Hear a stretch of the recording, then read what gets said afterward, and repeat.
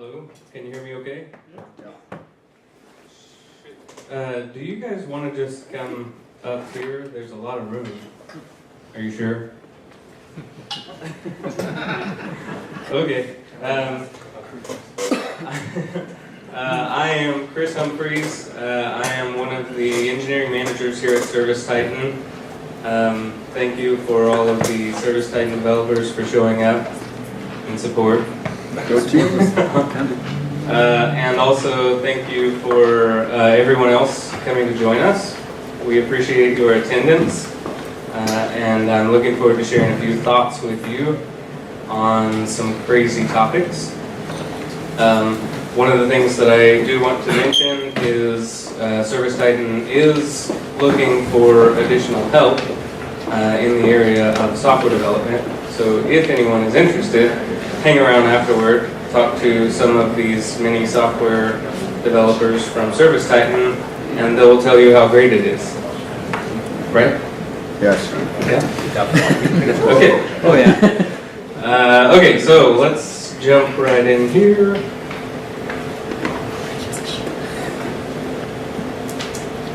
So this topic that I have, which we'll call AI Revolution, by Chris Humphreys. That's me. Actually, this is really by a few other people. I took some of their thoughts and combined them together and then put my name on it. That's what this talk is, complete ripoff.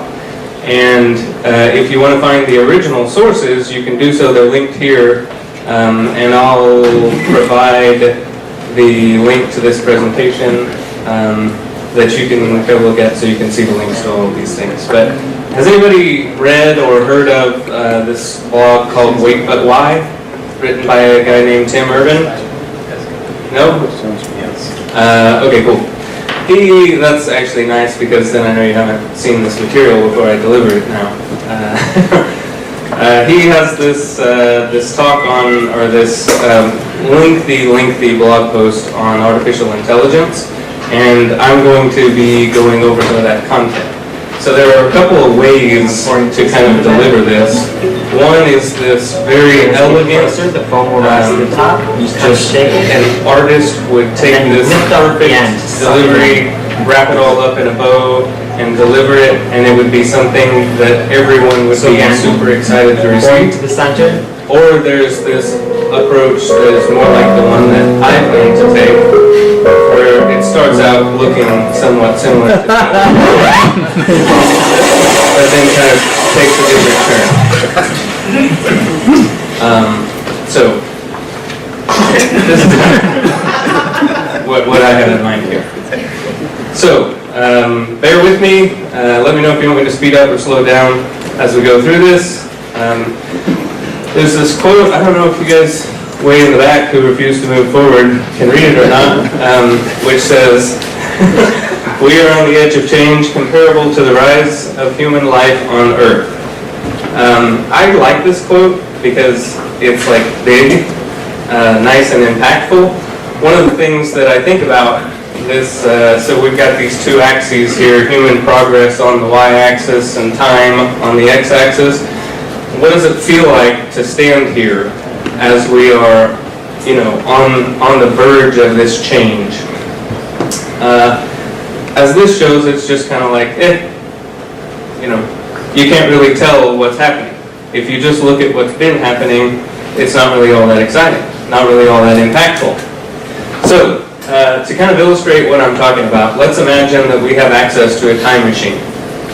Anybody excited about time machines? Time travel? Okay, excellent. So we have access to a time machine. We take this time machine back approximately 250 years. I know it's not exactly 250 years because it's not the year 2000 right now. But we take it back about that far and we find some random dude. Just some random dude walking along the street in the year 1750. And we kidnap him. And we bring him back to our present time.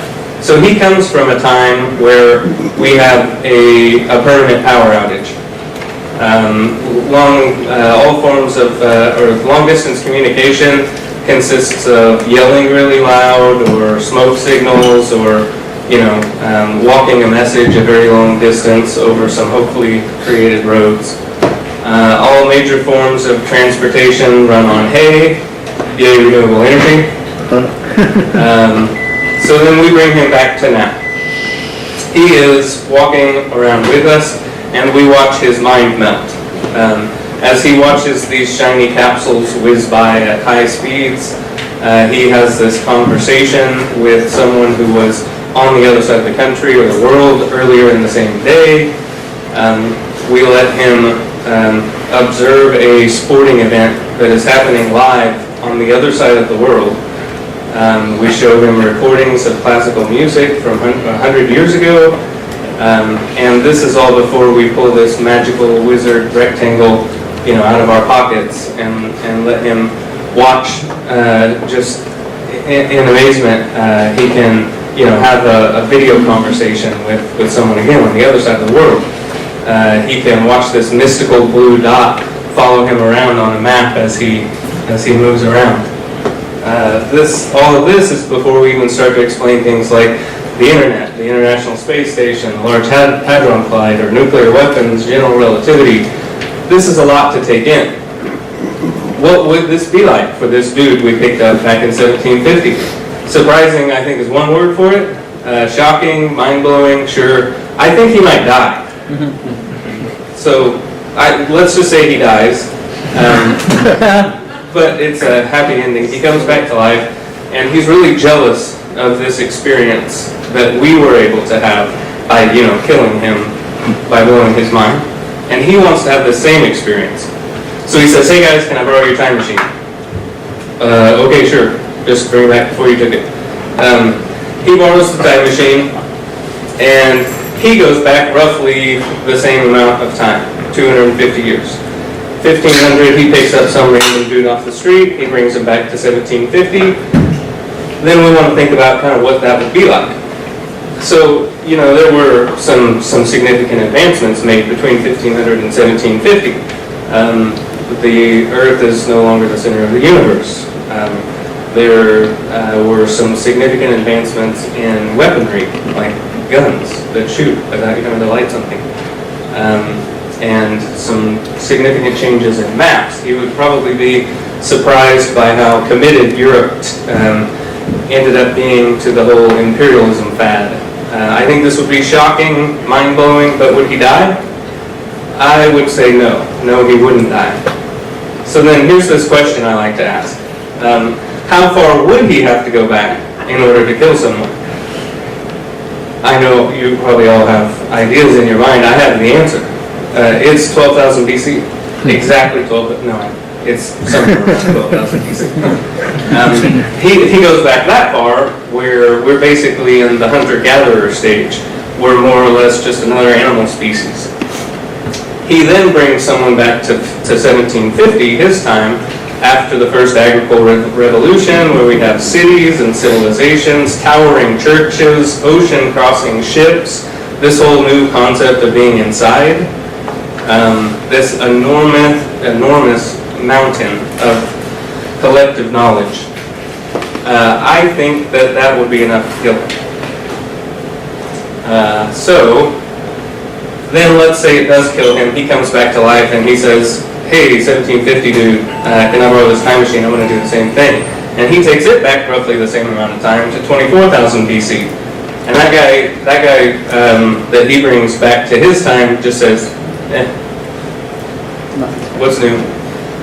So he has to go back 100,000 years in order to find someone that he can then kill, in a happy way. Where he can show him things like fire and language, so new concepts that would blow his mind. Which is then I get to introduce this new unit of measurement. This is the progress unit. This is, how far you have to go back in time to find some dude and bring him back and kill him. So this was about 100,000 years in hunter-gatherer times. Then was reduced to about 12,000 years after the agricultural revolution, and then only a couple hundred years after the industrial revolution. So this is kind of an introduction to Ray Kurzweil's law of accelerating returns, which basically says that more advanced societies can progress faster because they're more advanced. Does this make sense based on kind of what we've been thinking about? So one way to look at this is the progress of the 20th century could have been achieved in only 20 years at the rate of advancement in the year 2000. So 1900 to 1999, all of that could have happened from 2000 to 2020 if we just stayed at that same rate in 2000. Or in other words, this by the end of the 20th century, the rate of progress was 5 times faster than in the beginning. One way you could look at this, because we don't stop the rate of progress from accelerating in the year 2000, another 20th century of progress can happen from 2000 to 2014, another by 2021, and then multiple each year within a couple of decades, then multiple per month. And the exciting thing here is the 21st century would be roughly 1,000 times the progress of the 20th century. The next progress unit might happen in our lifetime. The world 35 years from now could be completely unrecognizable. So I'm sure many of you are thinking, cool, but, yeah, right. Right? Is this what we're thinking? Okay. Let me explain why you might be inclined to dismiss what I'm saying. Whenever it comes to history, we tend to think in straight lines. Look at this fancy chart. I didn't make it. What we do is we make this terrible prediction. So this present day here, this nice blue line that's circled, we look at the trajectory based on past growth. So we say, okay, we were here and now we're here, so in roughly the same amount of time we'll be here. This is a really bad prediction.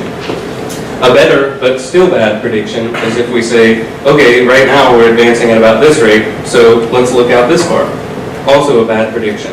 What we need to do is take the exponential growth into consideration when making our prediction, which yields some predictions that are kind of ridiculous, or at least they seem like that way at first glance. So another thing, even taking this into consideration, is that the trajectory of the very recent history often kind of tells a distorted story. Here's another fancy chart. So these S-curves is kind of how things actually happen, where someone has an epiphany, and that changes human progress in a significant way. So this will be rapid acceleration, and then as that type of advancement matures, then we go into kind of the flat part of the S-curve. So if we're in that part of the S-curve, then we might be using that to project out what we think might happen. So this is the end of this first part, because I'm supposed to talk about artificial intelligence and I haven't said anything about it yet. I'll say something about it now. So starting with, what is artificial intelligence? I don't intend to say any sort of a controversial definition here of what artificial intelligence is. What I want to tell you is how I want you to view what it is for the purpose of the remainder of this discussion. So, first we'll eliminate some confusion. Robots are containers. Artificial intelligence can go into those containers, but it doesn't have to. Robots are not artificial intelligence. These things are separate from each other. Robots, artificial intelligence. So we probably have to at least say something about what intelligence is. I'm not sure I'm the right person to give that, but let's say it's the ability to acquire and apply knowledge and skills. Is that an acceptable definition of intelligence for everyone here? Okay, not hearing any objections, voting on. So artificial intelligence is basically just the non-biological variety of intelligence. at least for the purposes of this discussion. So then we want to talk about a few different calibers of artificial intelligence. Many of you are going to be very aware of these. So we've got artificial narrow intelligence, which is human-level intelligence, but applied over a very narrow field. Think facial recognition, or those kinds of things. Artificial general intelligence would be then human-level intelligence, but applied over the breadth of knowledge of an average human, somewhere in that range. Then artificial superintelligence would be knowledge intelligence that covers more than the breadth of the average human, and also is significantly more advanced than the intelligence of an average human, or even the intelligence of the most intelligent humans. Not me. So that's that. And where we are now, all of you are widely aware of this. We're a world running on artificial narrow intelligence. At least I think most of you know this. This isn't news to anyone, is it? No? Okay. This is not especially scary. It's running power grids, nuclear power plants, financial markets, nothing important. Artificial narrow intelligence goes on strike. We'd be fine, right? Yeah, we'd be fine. We'd be fine.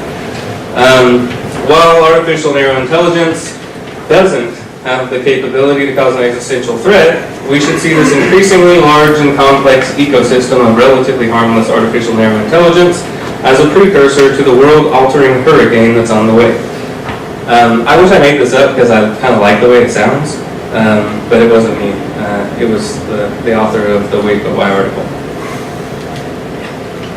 So let's talk about the road to artificial general intelligence. So how do we get from where we are now to artificial intelligence? So there's a couple things we need. One is hardware.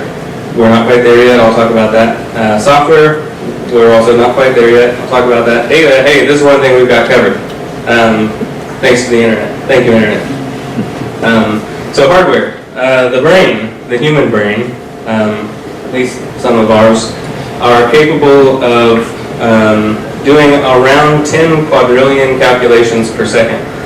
This is not precise. I hope none of you think that this is a precise number and will quote me on it.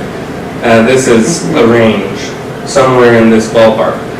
So this is kind of what we need in order to be able to do something similar, is at least this much.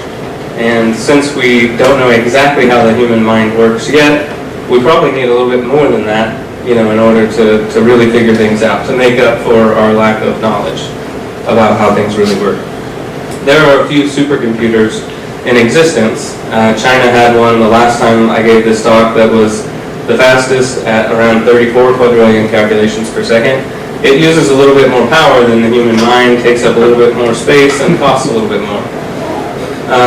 Since then, now the US is back on top. USA? Yes. And it has a supercomputer unveiled this year that can do around 200 quadrillion calculations per second. Are these numbers exciting to anyone? Boring? Exciting? Cool. So these are really fun things to talk about, but what matters is thinking about things in terms of the number of calculations per second that you can purchase for $1,000.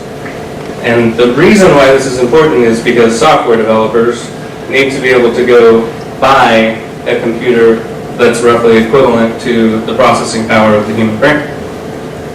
Here's another cool chart. This is a logarithmic plot. On the y-axis we have calculations per second for $1,000, and on the x-axis we have time. So you can see where we are within here is a little bit past since when this slide was created. And we're near kind of in the mouse brain range. So right now you can go spend $1,000 and get about a mouse brain in terms of calculations per second, which is, I think, pretty cool. That's better than like an insect brain.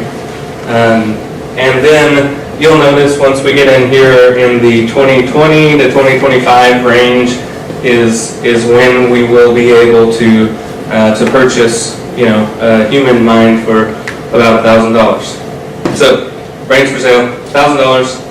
Anyone want to buy one? Yeah, I would buy one. I need one. I'm sure you can agree. So that's hardware. Now let's talk a little bit about software. So we have this kind of thing that we've been doing everywhere within really technological advancement, where we implement what we know, and then we use it along with all of the other advancements that are going on to learn more, and then we repeat step one. This is basically how we're going to get there. Here's a brief history. Look at all these things. There's too many. I'm not going to read all of these. Don't worry. A whole bunch of things that have happened in the world of artificial intelligence. All of these are fascinating topics I bet you wish I was speaking about. Right? Yeah. So some important things here that I do want to point out. Lots of stuff has been happening lately, and there have been these things, these artificial intelligence winters, where some really influential person in the artificial intelligence community will say, artificial intelligence sucks, we're never going to get there, and then everyone stops funding it, and then nothing happens for a while, and then eventually people get excited about it again. Anyway, that's happened a few times, but then thinking in terms of some cool things, 2011 was kind of a big year where not CNN like the news station, but convolutional neural network beats human accuracy at traffic sign recognition. And same year, Watson defeats these two defending champions in Jeopardy. Just a question and answer. I don't know if anyone's ever watched that, but if you haven't, you should go watch it. It is fascinating. They ask him clarification questions Watson comes up with an original answer like Attila, and then, Alec Trebek says, can you expand, please? And he says, what is Attila who is Attila the Hun? It's pretty cool. Then we also have Siri in 2011, followed not all that far after by Alexa, Cortana, Google Assistant. Then we have this relatively recent development from Google's DeepMind, where they create AlphaGo, which defeats this Go champion, Go being one of the most complicated strategic games in existence. A huge problem space, and they beat it. This first pass at it, where AlphaGo does this, there were some human players who kind of programmed some initial knowledge into this artificial intelligence model, and then it learned from there. And then right after that, after they won, then they turn around the following year and create AlphaZero, which learns all of this from scratch. So it doesn't take any existing programming of how to play the game or some good strategies. It learns it all from nothing, just based on it was given the goal, you should win the game. So it's also been used in winning some other video games and things like that recently. And there's other examples that of this similar kind of thing happening. 2017, last year, TensorFlow 1.0. Many of you have been using TensorFlow. Actually, has anyone used TensorFlow? Yes? 1, 2, 3, if you count. All right, sweet. Oh, Arnie, I saw your hand go up. Yes, of course. Cool. Anyway, so 1.0 released last year. So things are kind of just getting started if you look at it from one perspective, but then also they've been going on forever if you look at it from a different perspective. All of this is just to show you some of the advancement that's happening. So advancement that's happening in the world of artificial intelligence is also exponential, similar to a lot of this other exponential growth that we've been seeing. So Nick Bostrom wrote this book called Superintelligence, Paths, Dangers, Strategies. Lots of people read it. He's been a big player in the artificial intelligence community for a long time. he has this survey in it where he asks hundreds of scientists about when they believe we'd be more likely than not to have reached artificial general intelligence, and the answer there was 2040, which is not very far from now. I find this very exciting. So let's just assume for a minute, because I don't know how we're going to get there, so I can't explain how we're going to get there. What I'm trying to show is that we're going to get there to artificial general intelligence. So let's assume that we get there. Let's just assume that these guys are right. We get there. Then how do we get to artificial superintelligence from there? Yeah, here's this. Achieve artificial general intelligence and live in harmony. Yay, the end. These artificial general intelligence would have some advantages over humans. So some in the way of hardware, where they're a lot faster and they have a lot more storage space. Reliability and durability are theoretically better. They don't have to sleep. Software is also has some advantages in its editability, upgradability, wider breadth of knowledge, and this collective capability, meaning computers are more connected than people are. They don't have to do as much encoding of information like what I'm doing right now, so that I can send it to you and then you can decode it, by putting it in words and saying them in the air. So computers have some advantages there. And then also, this artificial general intelligence would have no reason to stop at human intelligence. One cool way to look at this that I like is our distorted view of human intelligence, where we're somewhere in here in between a dumb human and Einstein, looking at artificial intelligence, saying, haha, that's adorable, the funny robot can do monkey tricks. And you see there's a wide gap here between all these ant-bird chimp things before you get to dumb human and then Einstein. But in reality, maybe it's a little bit different than that. So you have artificial intelligence taking on a huge leap as we say, haha, that's adorable, the funny robot can do monkey tricks, and it flies right by. Yeah. So then what? We get to artificial super intelligence. This is kind of how it happens. We apply the law of accelerating returns. So let's say that we teach this. We have this village idiot, not really a bright person, about my level. We teach them how to do to create artificial general intelligence. So they now know how to do what we did in creating them. So then this village idiot can create something on the level of us. So then we would then know how to create artificial general intelligence. We're a lot smarter than the village idiot, so we could create better artificial intelligence. Maybe on the scale of like Einstein.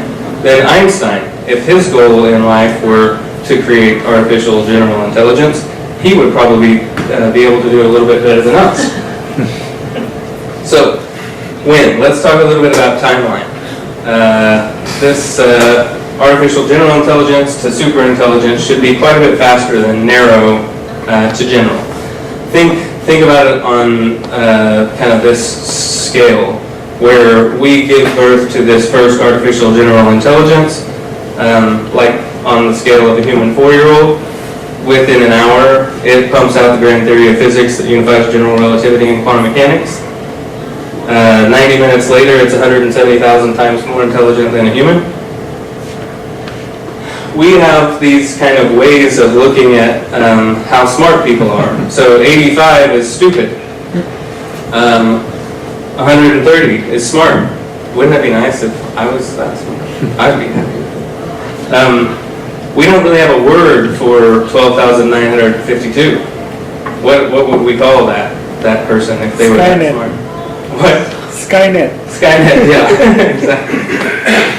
So, if our humanity's dominance on Earth suggests one thing, it is that with intelligence comes power.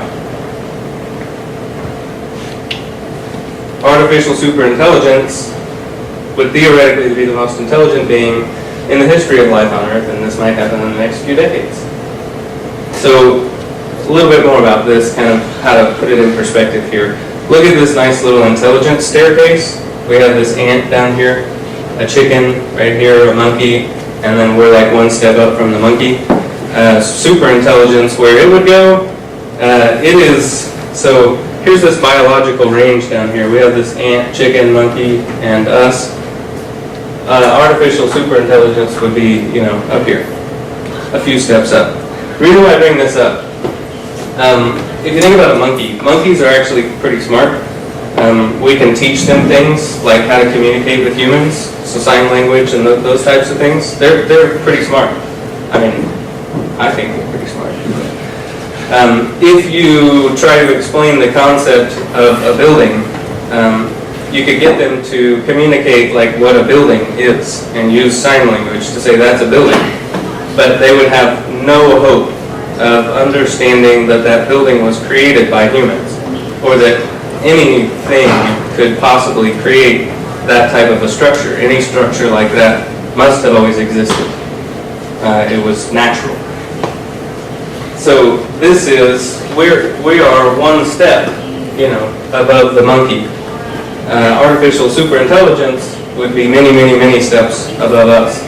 It would be kind of that type of separation is my point there. So we look at where we are here, where we have the highest intelligence on Earth on the y-axis and time again on the x-axis. There's this tripwire that some people have been talking about, where the human brains become smart enough to create an artificial superintelligence.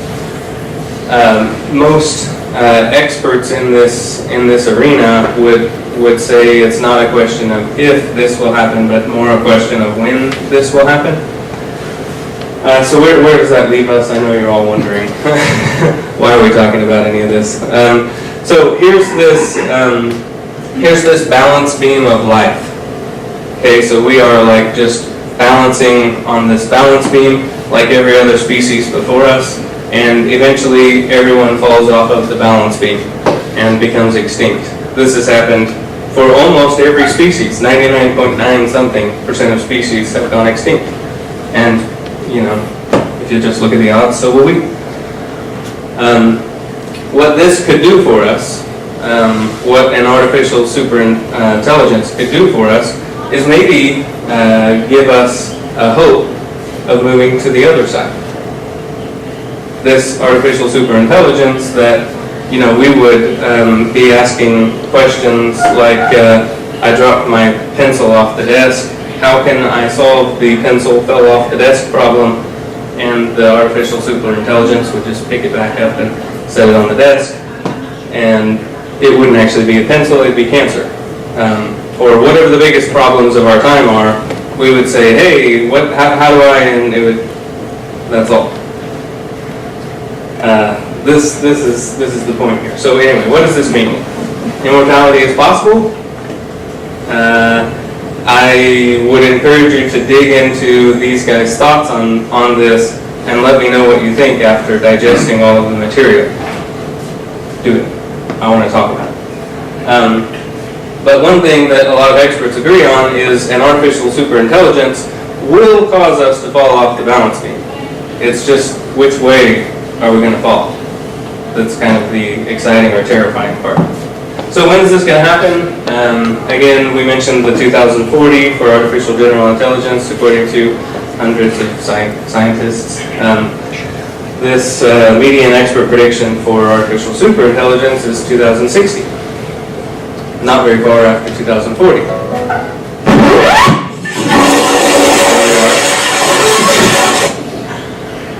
So what would this be like?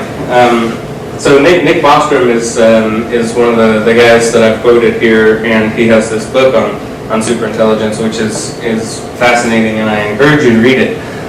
He says that this would function sort of as like an oracle or a genie, or maybe like a sovereign entity. These are some options.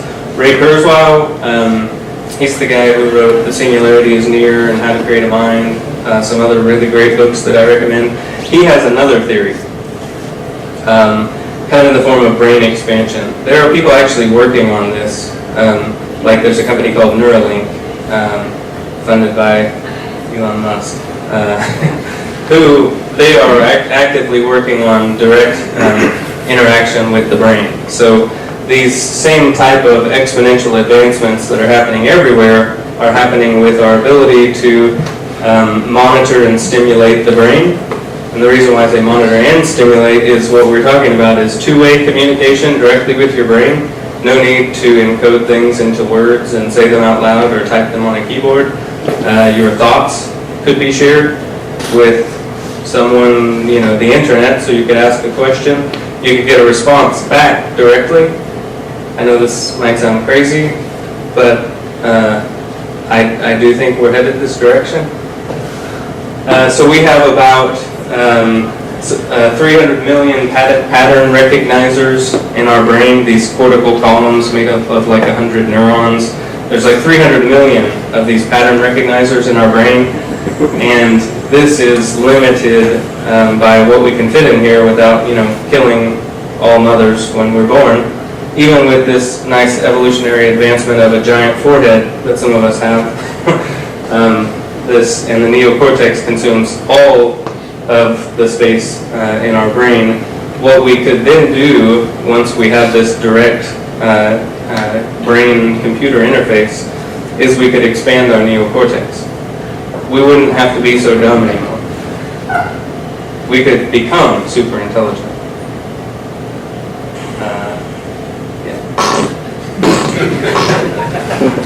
All right, that's it.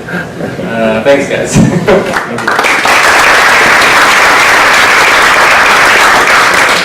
right, I'll turn it over, and maybe we'll do questions afterwards so that I.